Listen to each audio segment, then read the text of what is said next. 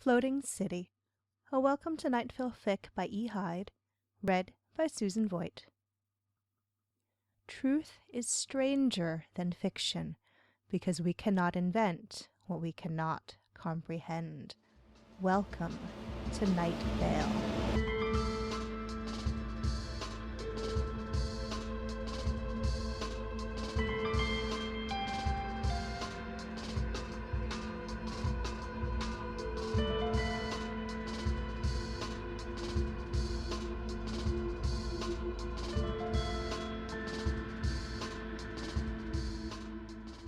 People have been calling into the station to report sightings of strange clouds in the sky around Night Vale. I'm not sure yet if the clouds themselves are strange, or if it's just strange that there are clouds at all this time of year. More on this story as we get more information. Of course, the desert is dry year-round, but the late summer is when fire danger is at its most severe. The Night Vale Volunteer Fire Department has announced that, in cooperation with a vague, yet menacing, government agency, they're launching a new program for wildfire control using unmanned aerial drones. Local residents with the appropriate knowledge and experience have been volunteered for the program automatically and will be informed of this through subliminal dream imagery sometime in the near future. Well, listeners, there's not much more to report on the strange clouds, as they seem to have dissipated with the midday sun. However, we're now getting calls about shining towers glistening in the air above the horizon. It would appear that the unusual cloud formations heralded the arrival of a great floating city to the Night Vale skies. We can't make out many details yet, but at the very least, it's not coming from the direction of desert bluffs. So that's a good sign. Are you feeling cramped in your living space? Instead of upsizing your home, why not consider downsizing your family? Local paramilitary groups and world government subsidiaries are always in the market for children. You can be sure that, while you won't ever see your son or daughter again, they will receive a top-of-the-line education and be equipped to survive almost any situation, real or otherwise. Remember, it's never a good idea to disrupt a child's life in the middle of the school year, so if selling your son or daughter into indentured military servitude is the right choice for your family, best do it now, before the summer ends. School starts up again on September 3rd. That's just around the corner. A non-specific military organization has told me that they're conducting a school supply drive for their new recruits. Notebooks and notebook paper would be especially helpful, as would bullets and wilderness survival gear.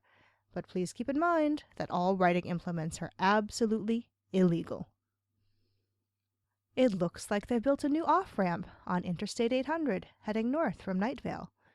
None of us here at the station can remember seeing any construction crews up that way recently, but exit 72B is definitely there now, and road signs indicate that it leads to the floating city.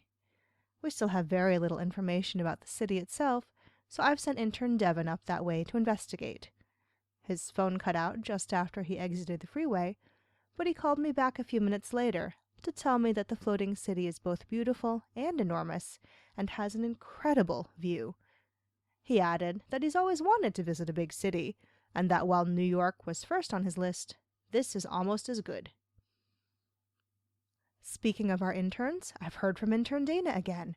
She asked me to pass on her thanks to whoever it was who tossed the dried fruit, turkey jerky, and especially the self-replicating birthday cupcakes over the walls of the dog park for her. She mentioned that, as a young girl, she always thought that self-replicating cupcakes were an annoying gimmick, but that without a stable food supply, she's really coming to appreciate them. Her most recent text, which came in just this morning, reads, "I don't know if I am safe here anymore. The walls are too low. Don't look up, don't look up, don't look up." Maybe whoever's been sending her food can add a note of encouragement next time, since my texts still aren't getting through. Tell her that a little panic is only natural. It's the dog park, after all. But she's survived this long, and she's sure to find a way out eventually. We're all keeping you in our prayers, chants, and sacrifices here at the station, Dana. Mayor Pamela Winchell called an emergency press conference to discuss the giant floating city now hovering in the skies above Night Vale. She informed reporters that this is part of the Sister Cities program and encouraged friendly and open interaction between Night Vale and the floating city. However, the sheriff's secret police, whose helicopters have been active all morning, issued a statement telling citizens to stay away from the floating city. They warned that anyone seen using exit 72B will incur a traffic ticket with, I quote, a very hefty fine. Listeners, this is exciting. We just received a press release from the floating city. It fell to the station roof in a small wooden box, covered in an unreadable ancient script and suspended by a black parachute. The press release itself appears to be a statement from the floating city's Chamber of Commerce, advertising positive aspects of their city. Wow. Apparently, they boast an inexpensive but efficient public transit system, a vibrant nightlife, an international airport with daily flights to and from major cities all over the world, constant video, internet, and brain scan surveillance, an astronomically aligned bloodstone temple with, I quote, the most impressively stained glass windows you will ever see, top-rated public schools, community bike paths, and accessible public parks, which include a riverfront boating area. Also, they're slated to become a Google Fiber City in 2015. Well, listeners, I must say the floating city sounds like a wonderful place to live. If the big city life suits you, of course. I'm not sure I could ever adjust to the pace of living in a city, our small, quiet town, where everyone knows and watches everyone else, will always be home to me. It's summer orientation week for incoming freshmen at Night Vale Community College. As always, non-local students have been taken to a special orientation session organized by the Sheriff's Secret Police at the abandoned mine shaft outside of town. I'm always excited to see the survivors crawl back into town at the end of that program. High school graduates come here to NVCC from all over the country, and although many of them initially seem confused as to how they got here, by the end of the week they'll be ready and eager to join their local classmates as valuable contributors to the Night Vale College experience. The mayor has revised her earlier statement, clarifying that when she said sister city, she meant sister in the sense of one who has devoured her twin in the womb. Obviously, said Mayor Pamela Winchell through clenched teeth, what else could I possibly have meant? The mayor, city council, and sheriff's secret police are now all in agreement. Do not visit the floating city. A word from our sponsor. Reach out.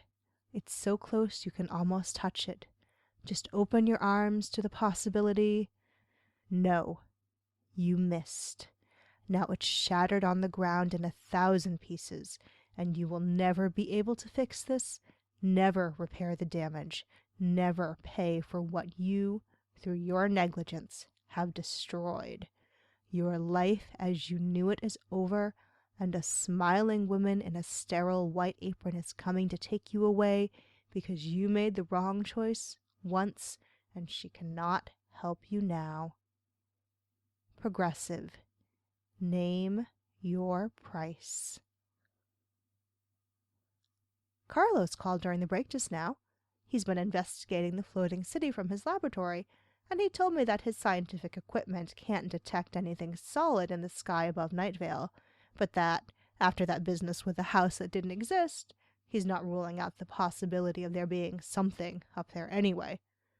I reminded Carlos that intern Devon and several other Night Vale citizens, as there have been reports of cars blatantly ignoring police vehicles and taking exit 72B at dangerously high speeds, are on the floating city already, so there must be something there, but Carlos didn't seem convinced. He did say that he's been picking up readings of strange weather patterns and severe storms in the area, and asked me to issue a tornado warning. I'm not sure what he's getting at, other than the floating city, today's sky is pure void, but at any rate, here is the weather.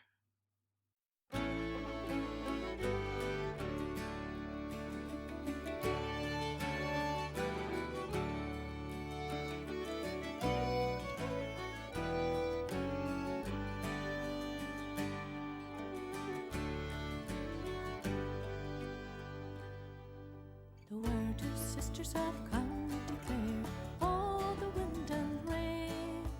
One was dark and the other was fair. Oh, the dreadful wind and rain.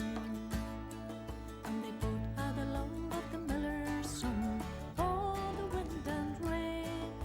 But he was fond of the fairer one. Oh, the dreadful wind and rain.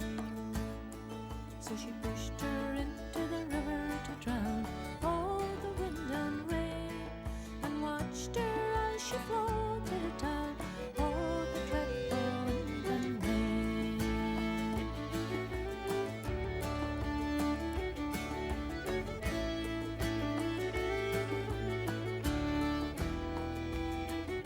She floated till she came to the miller's pond. Oh, the wind and rain. Dead on the water like a golden swan. Oh, the dreadful wind and rain. And she came to rest on the riverside. Oh, the wind and rain. And her bones were washed by the rolling tide. Oh, the dreadful wind and rain. And along the road came a fiddler fair. Oh, the wind and rain. And found her bones just lying there, crying, oh, the dreadful wind and rain.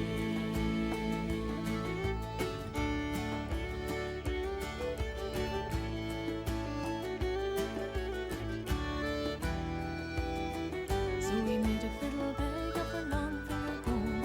Oh, the wind and rain. He made a fiddle bag of her long finger bone, crying, oh, the dreadful wind and rain. And he strung his fiddle bow with the long yellow hair. Oh, the wind and rain. He strung his fiddle bow with the long yellow hair, crying, oh, the dreadful wind and rain. And he made a little fiddle of her little breastbone. Oh, the wind and rain. He made a little fiddle of her little breastbone, crying, oh, the dreadful wind and rain. But the only tune that the fiddle would play was, oh, the wind and rain. The only tune that the fiddle would play was, oh, the dreadful wind and rain.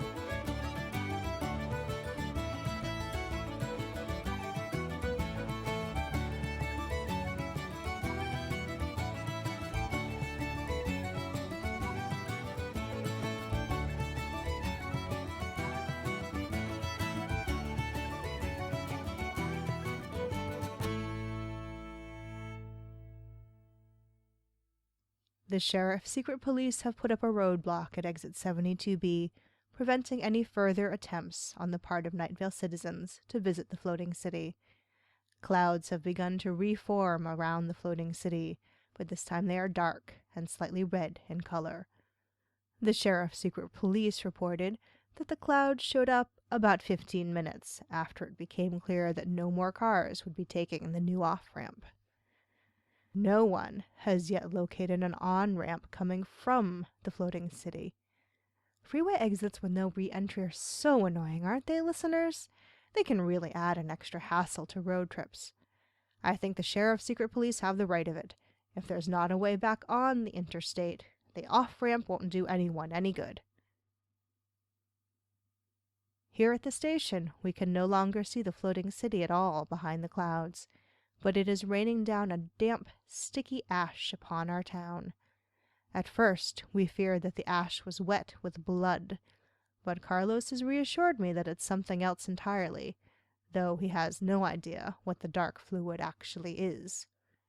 He added that the ash seems to be of the same composition as the moon, but that we both agree is completely impossible. I mean, we all know that the moon is merely a projection and has no real physical substance, right? The Hiram McDaniels for Mayor campaign has weighed in on today's floating city incident, issuing a statement which reads as follows. Encouraging a friendly exchange between our town and cities around the world is a noble goal indeed. However, the exchange must go both ways. What we experienced today was a prime example of poor planning on Mayor Pamela Winchell's part, as we've lost many members of our community and have gained nothing in return. When I'm mayor, I will ensure that Nightvale benefits from exchanges of this nature. Mayor Pamela Winchell responded with a brief statement that read, simply, "You know nothing." Listeners, it is safe to come out of your homes. The clouds have vanished into the night sky, and the floating city is gone.